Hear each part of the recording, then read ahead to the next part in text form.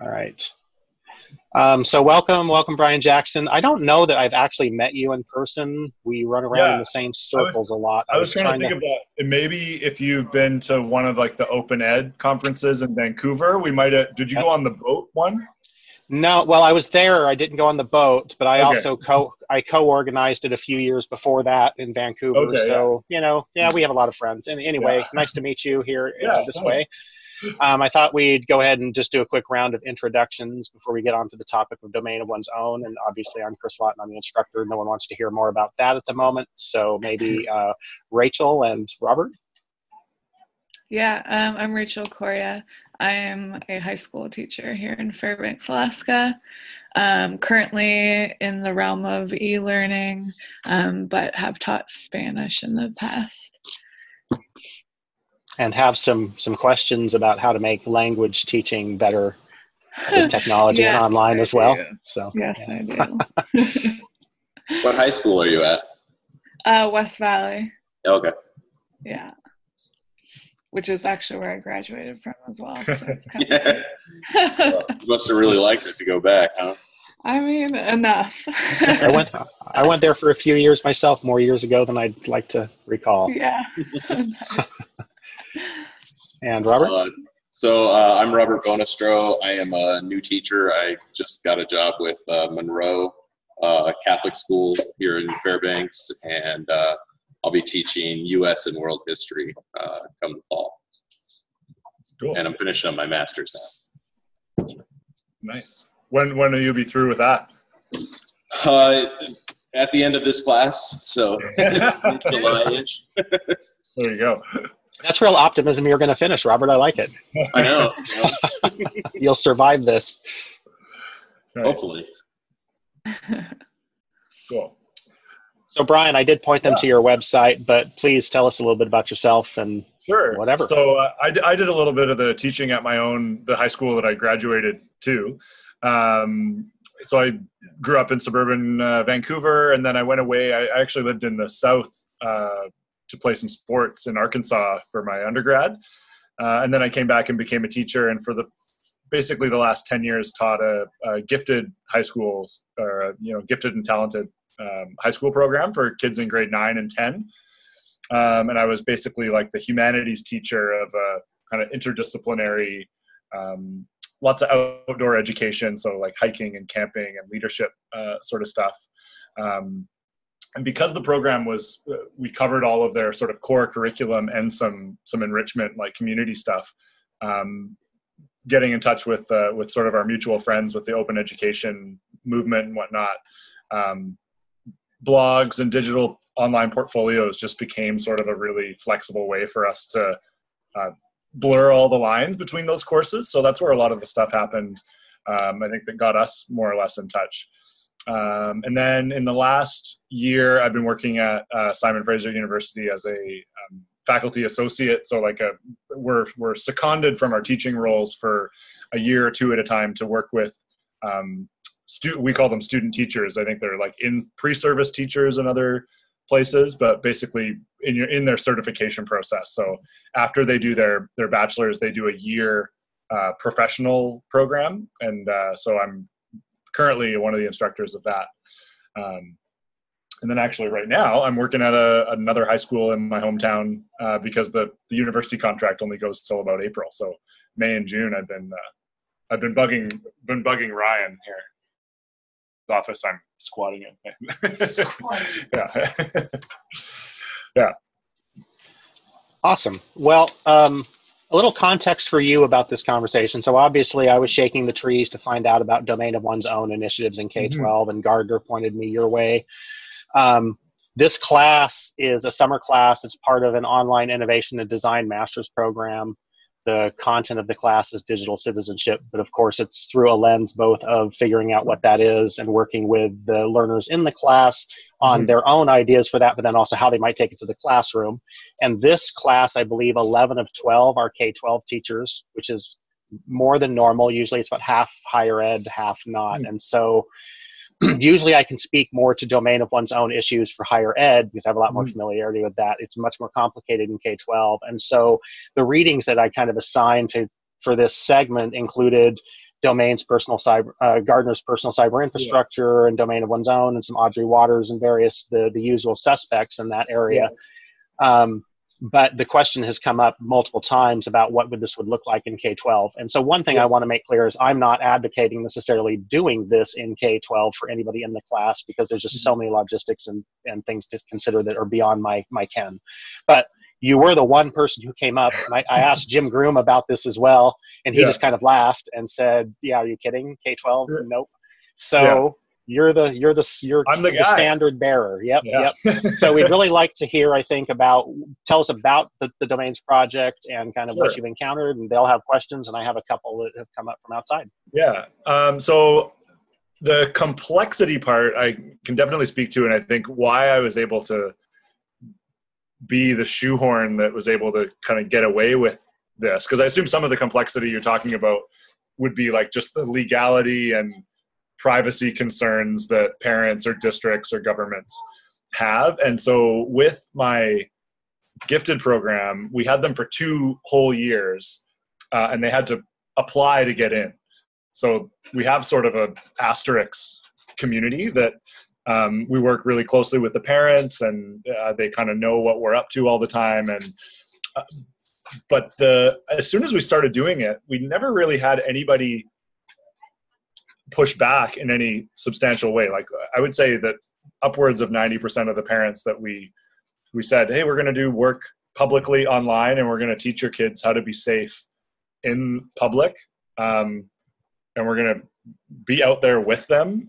They were all more happy than not to have other adults out there, because I mean, most parents have no clue what their kids are doing online. They know they're spending a lot of time there, but they're mostly petrified and don't even know where to begin learning about it. So I think the fact that their teacher, who was on Twitter and had a blog, and was out there at least keeping an eye on them, it was pretty helpful to them.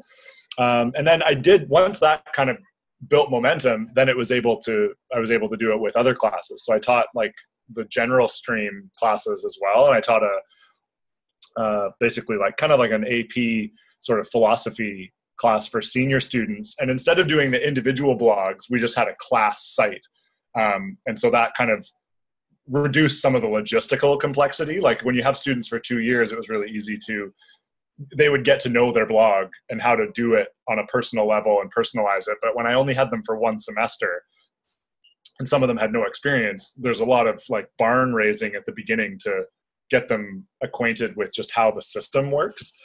So having a class site was really helpful. And then just that class blog would persist over years. So as like the 3rd and 4th semester came into that philosophy class, they could look back at what other students had done, 2 years ago for that assignment or during that unit.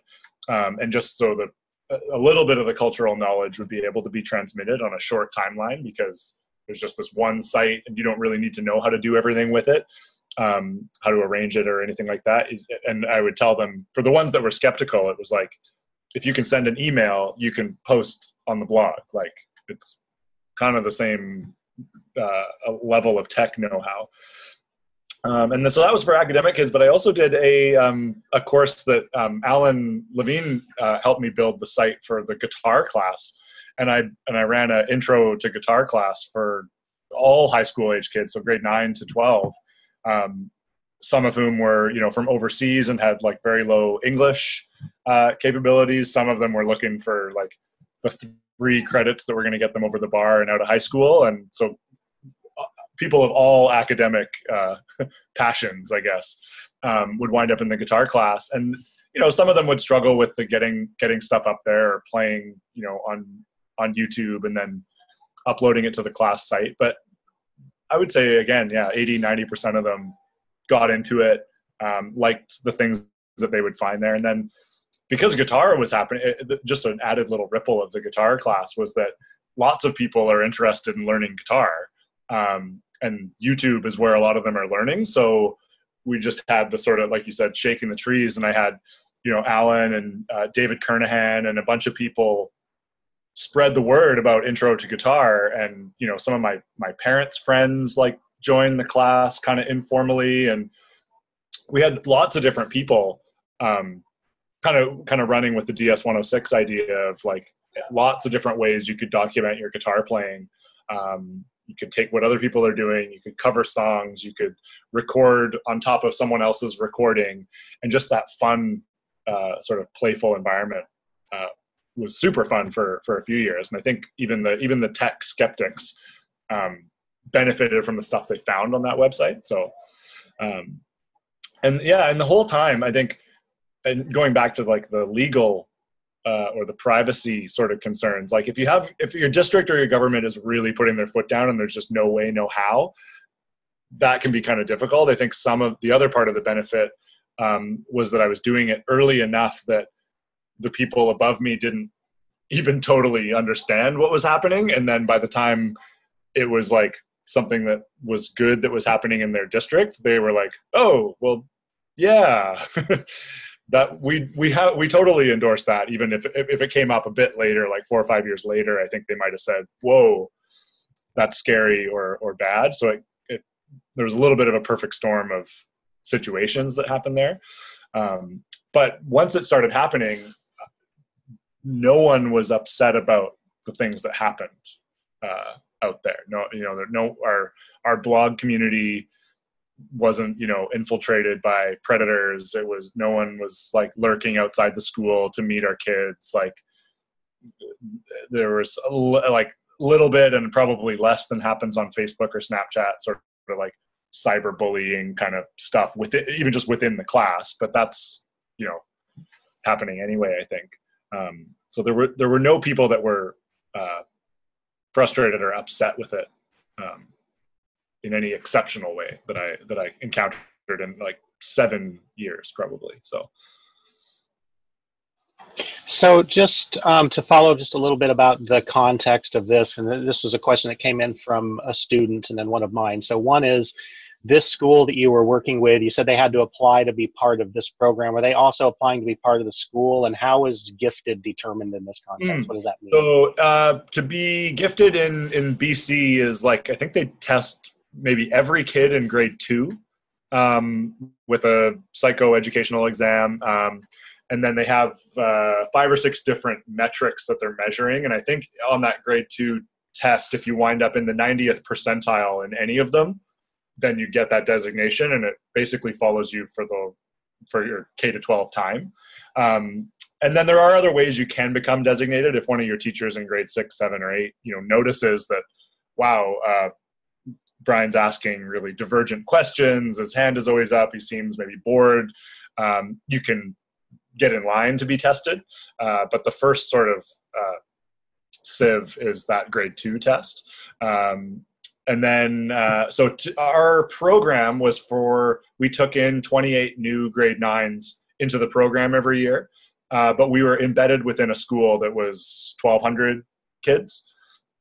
And after they would do 9 and 10 with us, and just for their English, math, social studies, and science, those requirements would be done in our program. And then their electives, their PE, band, arts, etc., even during grade 9 and 10 would happen with the regular population of the schools. There was sort of a school within a school situation, but just for half of their course life.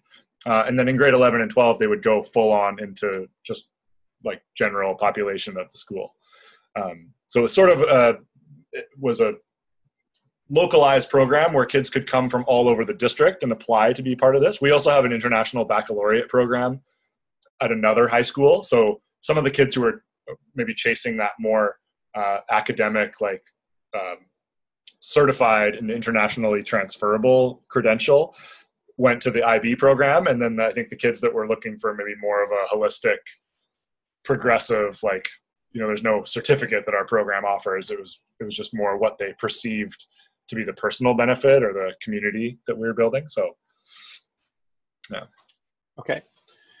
The other context question I have is, presumably, I don't know Canadian law, but you have an equivalent, I'm sure, of FERPA style things protecting identities. And how did you account for that just at a base level in this program? Yeah, so and that came into being during my time doing it. And different districts, even within the greater Vancouver area, have dealt with it differently. So we have FOIPA, so whatever, the Freedom of Information and blah, blah, blah. And one of the really constricting parts of ours is that since the United States Patriot Act allows like warrantless searching of things housed within the United States, and I'll get to the cynical part of it. You're welcome for that. Yeah. So the British Columbia privacy law said that if anything is stored outside of BC, any public data or personal information of citizens is stored as part of a public institution outside of British Columbia, you needed to get specific permission for that data to be stored externally. And the sort of cynical joke is that, you know, we were learning at the same time that even our computer servers that are in British Columbia are still being searched without warrants by the NSA or whoever else. So that's not stopping anybody from looking at our stuff.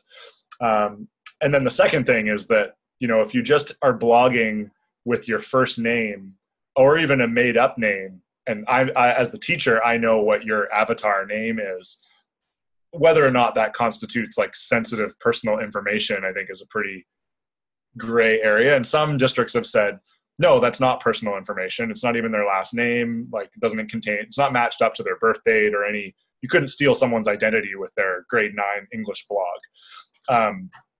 But other districts have been a little more open with that. So there's a big school district right next door to ours in a town called Surrey. And the municipality of Surrey is like a million people. And they basically sent an email home at the beginning of the school year to all of their students and just said, we are going to be using social media services like Twitter and YouTube and Gmail. If you don't want your students' information to be stored outside of the British Columbia jurisdiction, email us back and we won't do that with your students. So they basically just use that sort of opt out to get permission from everybody. Whereas in my district, they wanted us to get specific permission about, you know, if I wanted to use YouTube, I needed a form for that. And if I wanted to use also Twitter, I needed to get a different form for that. So they made the hoops rigorous. And I just, you know, used one form and sent a bunch home in September and got them back, and then just went kind of crazy with it. And knowing also that no one was, in all those years, no one complained. And if anybody ever did complain, I would take their blog down and not have them do it. So I don't think it was going to get as bad as what maybe the district was trying to safeguard against. But I just made a permission form for the ones, and the district over time started to create them too. So you could download the YouTube permission form. But it was just a matter of doing all the stuff on the front end, and then doing it. And it looks like most of the students, so did your permission also basically get permission that they were using their full name, or could they then adopt an alias? I mean, with FERPA, you pretty much have to allow for an alias, and then a student could opt in as long as you feel like you've sufficiently educated them about what that means. It looked like on the Talent site, most people had their full names though. So and that was, we encouraged them and reminded them. And then when, you know, someone would post something where they you know, the interview an expert question, and they would post a copy of the letter that they sent them and have their full name and their address and like, call me back at this number. And we're like, whoa, like that's not what you want to do. So just those little teachable moments before you know, I'm sure the readership of our blogs is super low anyway. So it's, you know, you have some time between it being posted and then when it, you know, might be a threatening situation. So we would tell them, but I think most of them over time too wanted their name, their Googleable name on that stuff, because it was good. In a lot of cases, it's good stuff. So they know that employers might Google them, and wouldn't it be nice if you found my, like a blog I maintained for my 4 years of high school with all my best stuff. So that probably was where some of them wound up, was just realizing that it was like going to help them sell themselves. Okay. Yeah, that makes sense. And that's my experience as well, even allowing or even requiring, as I have in other situations, required an alias to start. So they're making that affirmative choice. They almost always do, because it's like, why not have this good stuff out there if they're finding everything else anyway? So. Yeah. The ones that went the avatar route were like more frequently in the semestered courses. So like my guitar students or my philosophy students would do that, and that's because it's not theirs in the same way. It's just a place that we're talking, right?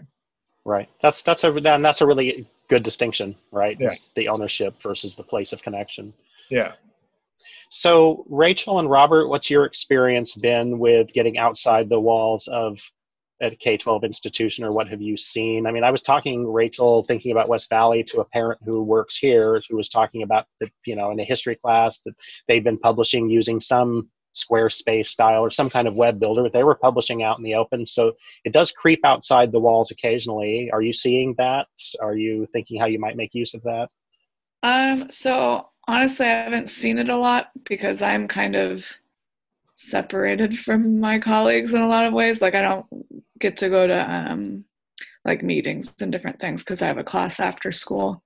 But I do know there's kind of like individual teachers that take on different projects, and I think they're primarily getting permissions through just going to the principal and checking like, okay, if we do this with my class, is that okay? So it does seem like there's ability to kind of explore different avenues, but at the same time, I think like as a staff as a whole, like when we have come together and talked about these sort of things, there's pushback like within the same staff of people that are very kind of nervous about kids being out there in the open.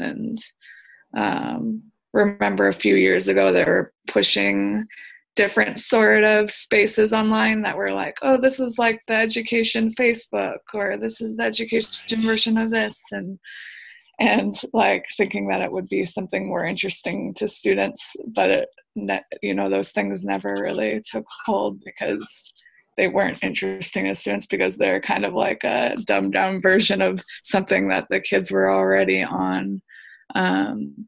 So as I'm kind of thinking through this, I'm wondering, okay, like where can we kind of push into spaces that already exist, like Twitter or whatever, that, we can think about privacy and protecting students and maybe keeping their private accounts separate from the student or like school account or whatever.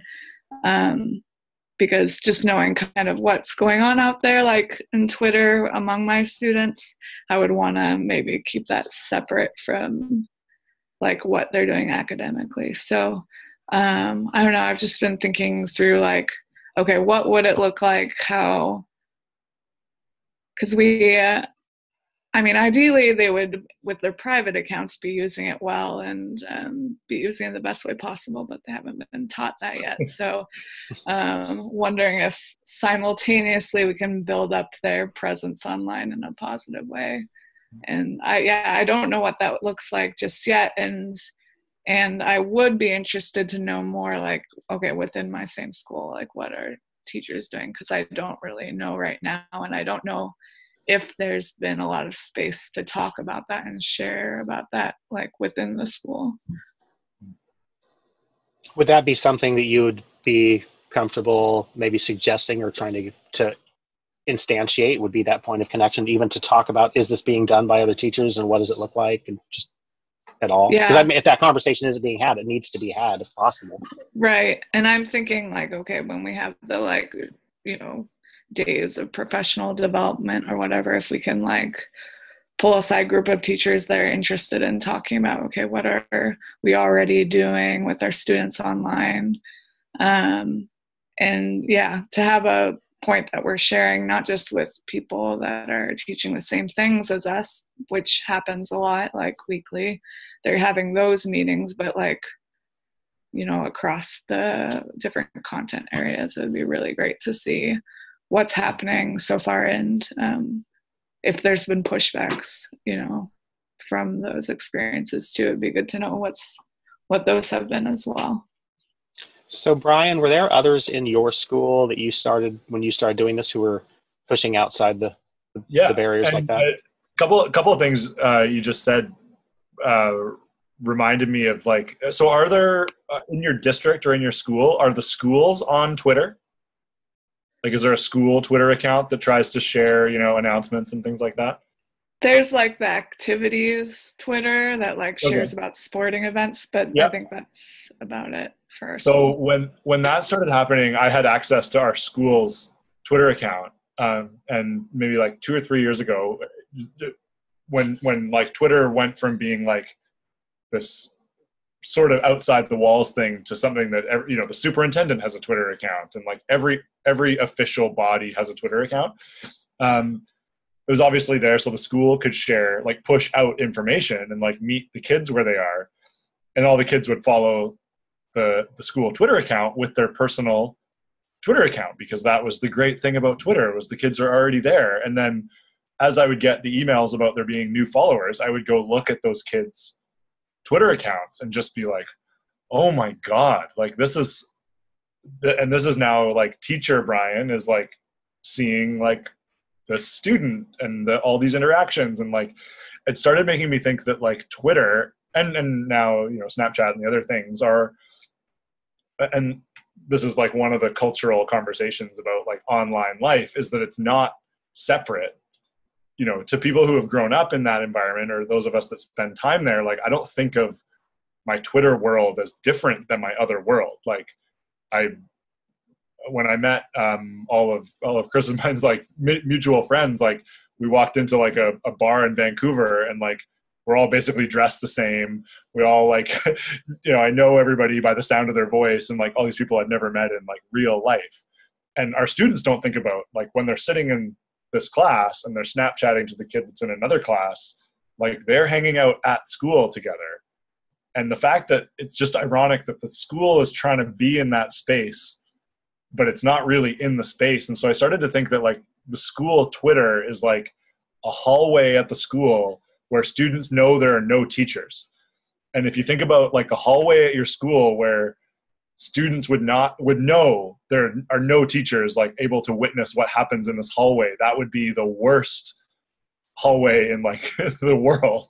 And kind of like that's what student Twitter is. And so I started pushing for permission, like, can I, as the school Twitter person, can I like privately message people who have inappropriate things on their Twitter and being like, hey, like, the school follows you, and like, I can see that, like, maybe don't do that. And that made our administration and the district people really nervous that the school account would be like privately messaging or interacting with the students. And I was like, that's kind of the point of the service. It's not like, so it's, and then the metaphor gets to be like where our Twitter account is basically just like a megaphone or like a speaker in that hallway that's like, the cafeteria specials are, and the kids are like smoking and doing all sorts of horrible things down there, right? So that was something that, as that environment really took root, it was like, we need to be in there in a way that's like constructive and not just like broadcasting there. We need to be interacting and facilitating and connecting with students, because they're unsupervised out there. So to be the person that's pushing and asking, and even if you're not going to get a group of teachers that want to be that teacher, like if you're so inclined, like offer to be that teacher and just see if you can if the Twitter service starts to run a little bit like the school youth worker, that would probably save some kids from some dangerous behavior online. And that should be part of the point, right? Yeah, I mean, it's interesting. A number of years ago, I went to a few places and talked about the kind of creepy treehouse syndrome, I'd call it, where, these adults, organizations, the educational institutions would be inhabiting these social spaces, but in really inauthentic ways. And it was just like the adult climbing into the treehouse and like, hey guys, I'm here, and aren't I cool? And you're not going to get anybody engaged that way, and your inauthenticity shows. Whereas if you actually inhabit the space more richly and kind of come to where the learners are, then it isn't even what you're doing. It's the fact that you're doing it that matters, and you can build some Right. community that way. So, Yeah. so I like the idea of the existing social media channels that may not be being used well and maybe being used as announcement platforms for sports. Is there a way to colonize those a little bit and leverage those a little bit? Mm-hmm. You know, maybe that's a start. Maybe that gets a few. And it comes with playing with the environment ourselves, and like in classes like this would be a good way to sort of interrogate that as like the adults in the building. And I think about like, you know, if you follow Merriam-Webster's dictionary on Twitter, like the things they're doing, like just to do dictionary like things, but in a very like internet way, and do like little memes and sort of, you know, throw shade a little bit on little political matters and do things that are edgy in an internet type of edgy way. And so, yeah, finding ways to make the school account, like, you know, could you produce you know, we did, the student council made some sort of video, like a lip dub of like the Drake, like Hotline Bling video, and had teachers and administrators like dancing to it. And so I was figuring out how to make animated GIFs, and I took our principal and took another colleague and posted them like their dance moves as a GIF, and just said, like, posted it to the school account and said, reply back with your best GIF from that video, and got recycled, you know, and then some sort of authentic internet type interactions with the kids at our school where they were able to ping back to me, and I wasn't, you know, I wasn't making the administration nervous about interacting with the kids. They were able to come to us in a way that was kind of on that level. Yeah, that makes really good sense to me. And I think it's the way it works. And we're asking kids to learn how to code switch and context switch and understand Right. these different kind of means. Why not? We should be doing the same thing. It doesn't feel like you can meet them there if you don't actually go there. So yeah. And that's like, that comes back to, I think it probably comes from the Gardner cyber infrastructure article, but just that line that Jim Groom is always saying, like, we can't just be like learning on the web. Like, we need to be learning of, and like in the spirit of how these things happen, and all that McLuhan kind of, you have to embody the medium. You can't just use the medium to do old things. Is a really important reading to do of like how the internet continues to change. So what about you, Robert? I know you were thinking about domain of one's own and K-12, and your question inspired this meeting, which I'm really thankful for. So what are you thinking? So let me, I kind of jotted down some questions. So, you know, I'd like to do something like this, but I think probably in my first year of teaching, I probably won't, to be quite honest. But what would be one thing? So when you did your launch, what would you do differently when you did it? Kind of, you know, thinking back on what went really well and what you wish you would have done differently.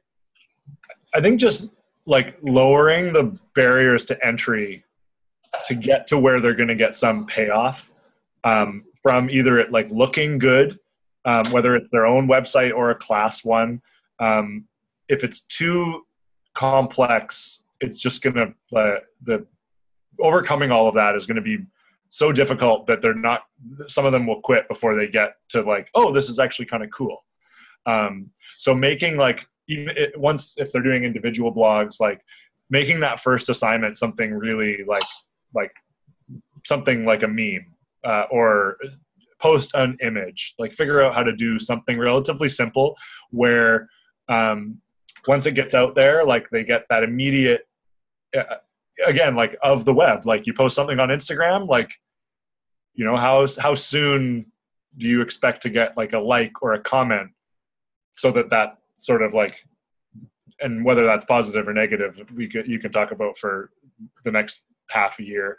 But that payoff that is addictive about the internet, like, should be part of potentially what you're using this technology for, to, you know, capture or intrigue or engage your students. So the second part of that is to make it so that they can see what everybody else is doing.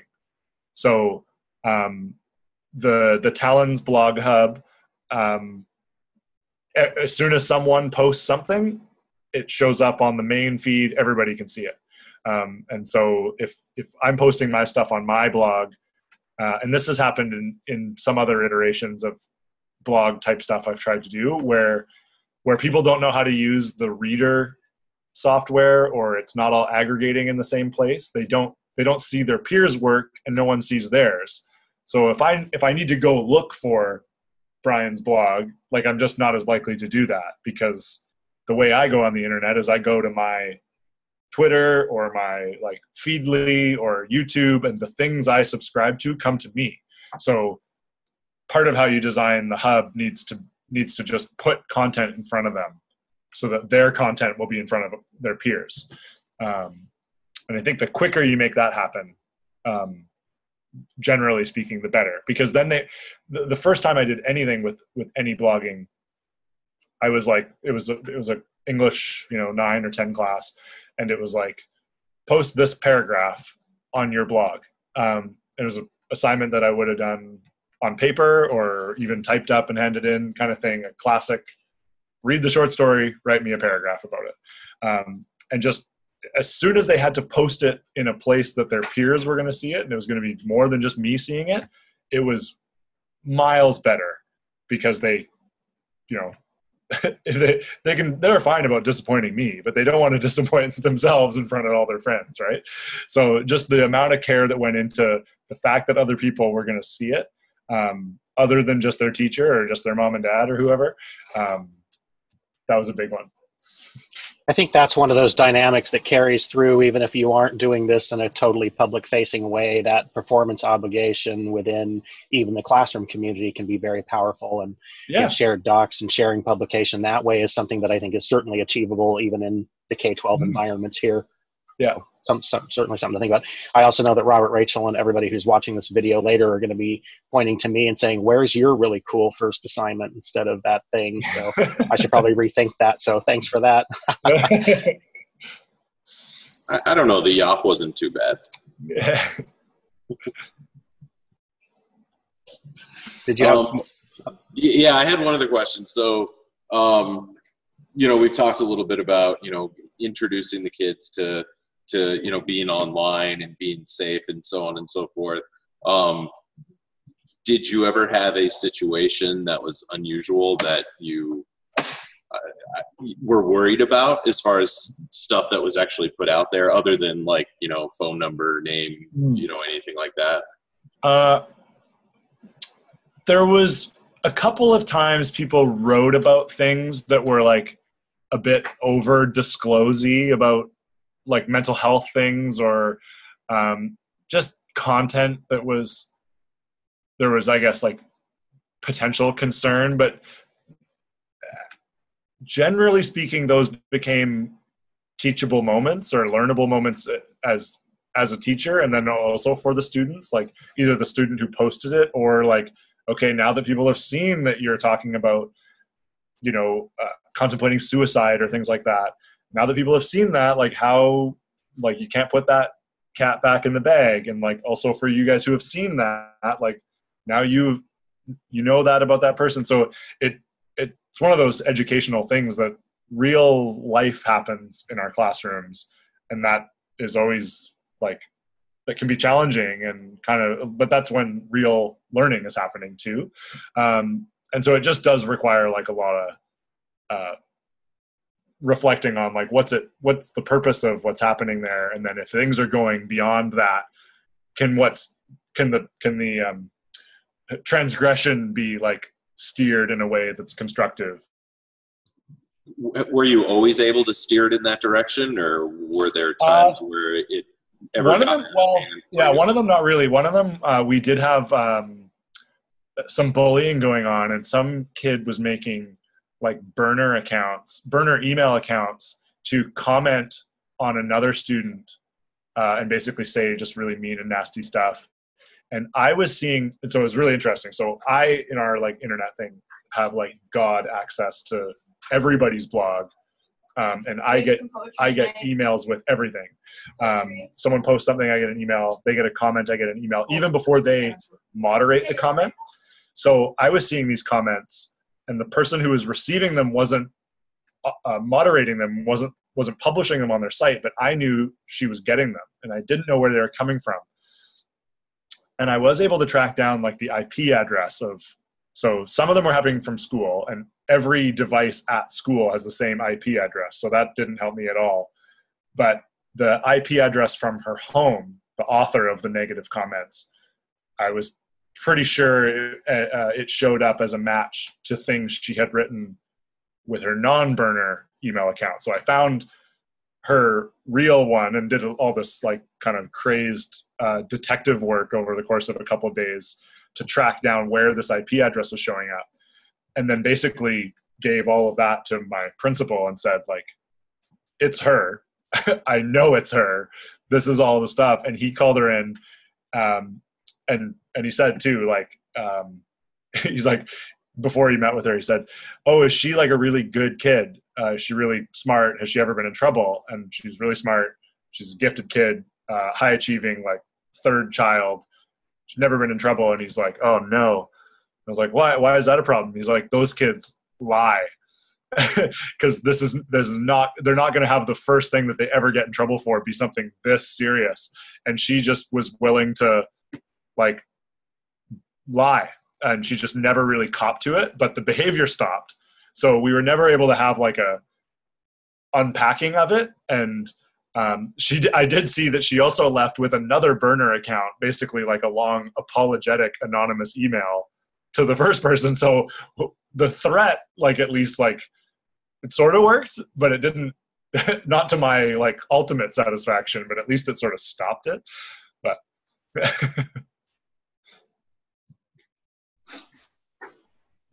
that's a good story in and of itself. Yeah. It was kind of a wild few days, and when I found when it was showing up as the match, and I was like, yes. You were like Batman, and you exactly or something. Yeah. Cool. So you were working on that project for 9 years, 10 years, you said? I think I took them online maybe like in 2008 or so, and I just left the program last year. So did you have much chance to see students who were making that transition out of K-12, and did they continue with this work? Some of them, well, actually, one of the first ones. So one of them who was in my class, when I signed up for Twitter, when Twitter was like new, we had like a day of silence kind of activist awareness day. And so I was like, oh, Day of Silence Day. Like, here's what we'll do. We'll watch these videos that are about the day that we're doing, and we'll have like a Twitter conversation. And it was like when hashtags started as a not intentional part of the Twitter infrastructure. Like, it just, people realized that if you put a number sign in front of it, then it would aggregate those responses in a search. And so like the hashtag was like a accident kind of that is now part of the culture. And so when that was like a thing that people were discovering, I remember saying, oh, we'll do hashtag Talons, and we'll have this conversation. And I remember that on the global trending thing during our class of 25 people talking about something, we were trending higher than Oprah. And Oprah's like show was on, and more people were there were more tweets being posted in our class discussion than were on Twitter about Oprah. And that was just something that was like, holy smokes. And so one of the students who was around for that is actually like you will probably meet her at some open ed conference somewhere, but Olga Belikov is like a PhD student at Brigham Young, and is working with, he's on sabbatical, one of the Davids. David Wiley or David Hilton? Yeah, I think she's working with Wiley, yeah.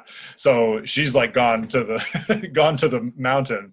And a bunch of them, yeah, it's just really cool to see that some of them are still pretty power kind of Twitter users. Some of them have blogged a little bit recreationally, but it's interesting that like class conversations about, like Beyonce or like Hamilton that happened in my class like a couple years ago.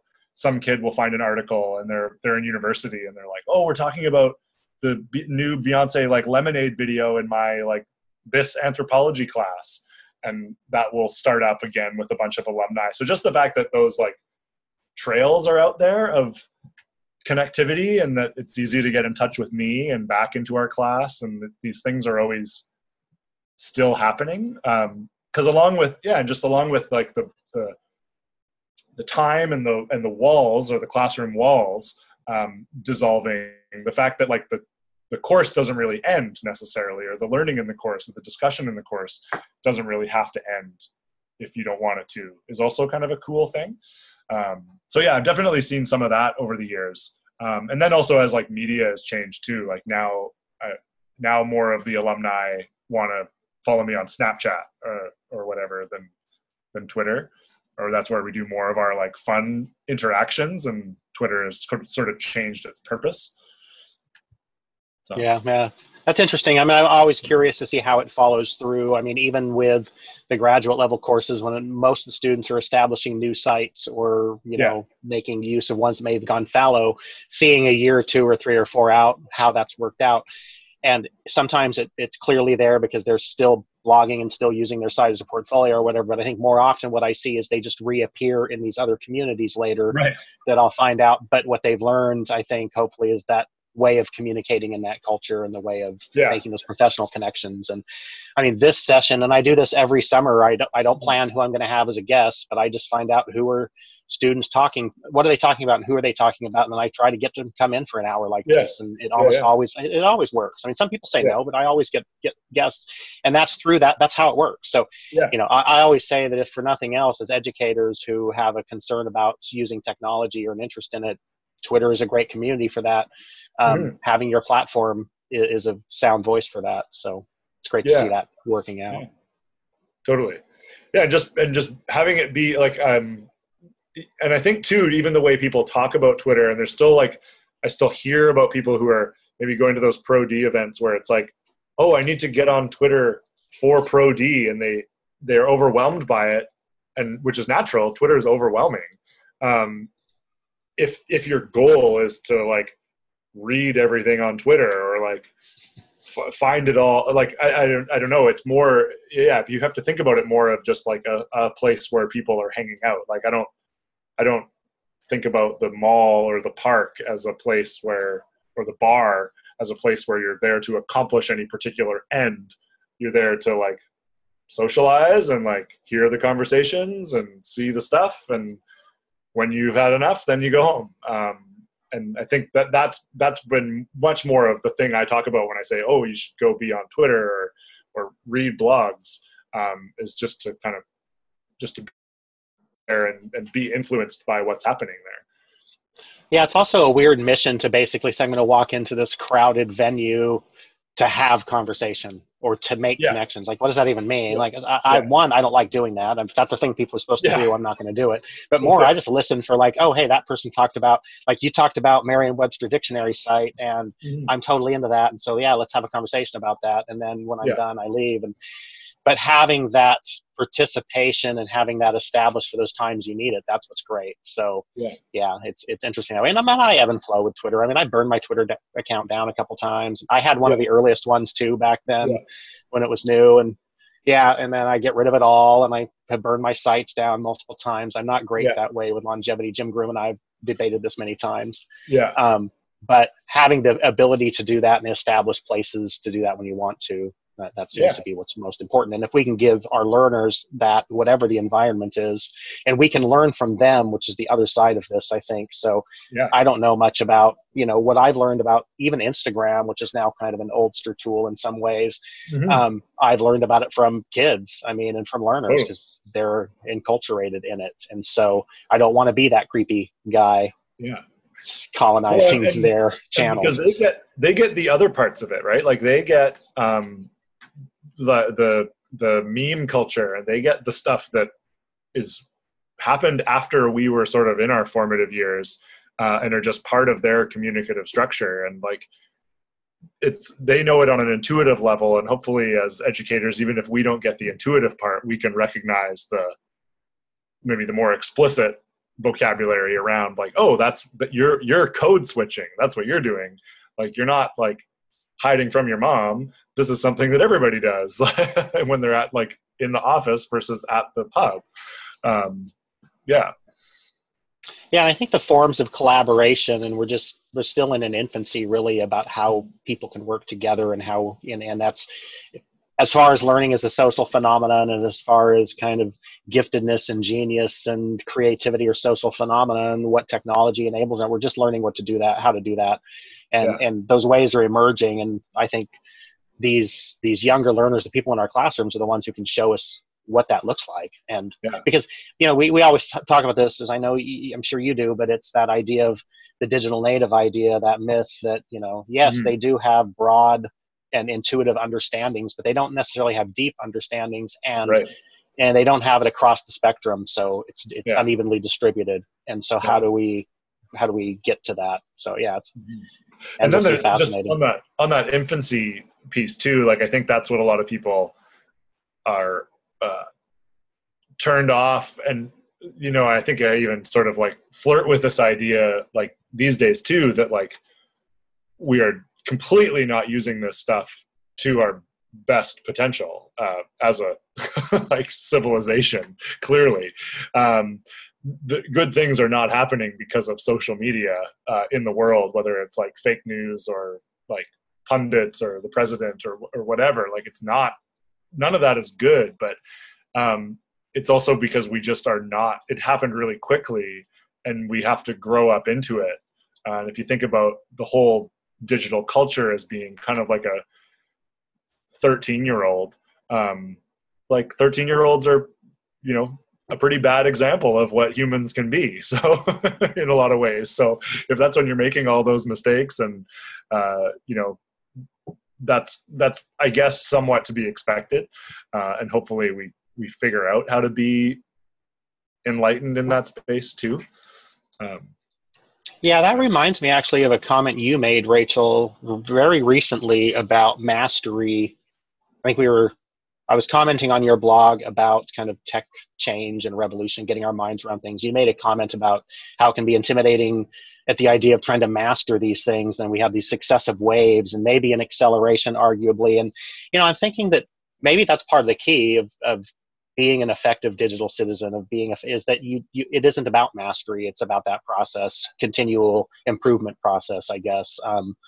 Because if I were feeling like I needed to master anything really in my life, but any technology, in order to move on and do something more, I would never get anywhere. So maybe the mastery concept is a bit, I don't know, uselessly daunting. Yeah, I think it's very intimidating for a lot of teachers, like in the teaching context, to think about even what students know versus what we as teachers know about what's available online, and maybe spending more time being scared of those things than trying to figure out how to utilize them and how to teach the students. Like, okay, maybe they're ahead in some ways, but like you said, Chris, like their level of knowledge isn't like a depth. So how do we maybe go deep and trying to figure out different things that maybe not figure out, but understand better these different things, so that we can be able to teach them as they go and help them make good critical decisions when they are navigating things that maybe we won't navigate. I think it's important to think about all those things as teachers and where our students are at now. And a lot of that puts us like beside them in the process too. Like when we started to mess around with Twitter, it was like, okay, like, you know a little bit about this, I know nothing, but let's see what is here to be done. And I was like skeptical at first and said like, all right, like I don't think there's a lot of value to this. You guys are saying there is, like, let's go like try it out. And then it became like a thing. Like Olga is continually throwing that back in my face, that like, oh, and you thought Twitter was like the dumbest thing in the world. Like oh yeah, and I mean, and maybe in lots of ways like I was right, but it doesn't mean I haven't spent like more than 10 years like doing a lot of stuff in my life I would not have done otherwise if not for the things I've done on Twitter and people I've met and things like that. And then like in a more recent sense, like as we've maybe noticed more of like the shadow side to online life, and like digital addictions and things like that is something we can go into with them too. Like, go at any staff meeting I'm at, the teachers are exhibiting way more of the behaviors that we would be yelling at kids about than kids are. So like, who's the addicted generation to their device again? Like, well, all of us have our devices, like our laptops open. Like if a kid had his phone in his lap, that would be unacceptable, but it's okay for you to do. So I think like being self-aware as the adults in the room to be like, I know my cell phone is stronger than me. It's stronger than you. So like, why don't, if we're going to try and do something together, like let's go all put our cell phones over there. And like, I will go put my cell phone over there too, because it's hard. Yeah. Sorry, man. What, Ryan, So, do you want to speak to that? Ryan just put a sticky note on my desk. Do you want to add to this? Okay. Yeah. Yes. Oh, Please do. Yeah. I couldn't agree with. Do I have to yell at this? No. I couldn't agree with Bryan more. When you see the adults who are supposed to be instructing students on responsible use of digital literacy and use of technology, falling into the same traps that you're becoming increasingly aware of and frustrated by, right? Reacting to this use by, we need a cell phone policy. Yeah. We need to ban this or take this out, and in the next breath, you can look at everybody texting their latest thought or trying to catch up on the latest news feed or whatever. And I think that as the adults, as the educators, we need to take a bit more responsibility with how we use our devices and what we use our devices for before we start, or not start, before we continue the conversation about what our expectations around said devices really are. Yeah, and having that conversation. I mean, again, I don't teach in K-12, but certainly I have children, and at the high school level, for sure, having those conversations about responsible use and how you're using it in the class and the unknowns. I think that's a reasonable conversation to have. Sometimes the conversation itself achieves a lot of those ends. Yeah. So I don't envy all of you doing this in K-12, because I would never do that, having survived my children fairly. But it's I think wild. Like, especially the Snapchat and just the fact too that like, because everybody is on Twitter, they can't have these conversations in public on Twitter. So Snapchat and Instagram have like driven it back sort of underground in a way that's very subtle. And so you have teachers that want to do things with devices in classes, but then there's just all this undercurrent stuff that's really tough to combat. But it's got to be super fun for them. Like, you don't wind up in the same class as all your friends while you're still able to hang out with your friends all day. I think that being that word, like, trying to slip under the adult's gaze is part of what teenagers do, right? to be contrary to the adult culture is part of what teenagers do, and just trying not to eavesdrop, but then eavesdropping anyway. Some of the ideas that I've heard Bryan put out before, with just sort of meeting them on that level of the internet is a thing, and that's what they've only known. Yeah. So instead of trying to ban the bloody thing, well, and my teaching partner at SFU said something about that, with kind of to the point of like having the Twitter not be the hallway without the teacher. Is like, she would say, like, and I think Alaska is ahead of British Columbia somehow in this, but like, instead of ban it, like legalize it, like make it make it something that, like, okay, we're going to talk about Snapchat. Like, tell me what makes a good one.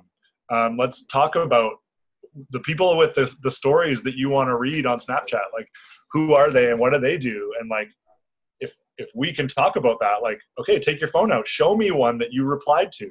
What's one that you replied to? Like, sanction it as something that we're going to do together. And maybe that's not going to happen every day. But if you can go in there with them, that is different than like, prohibition doesn't work.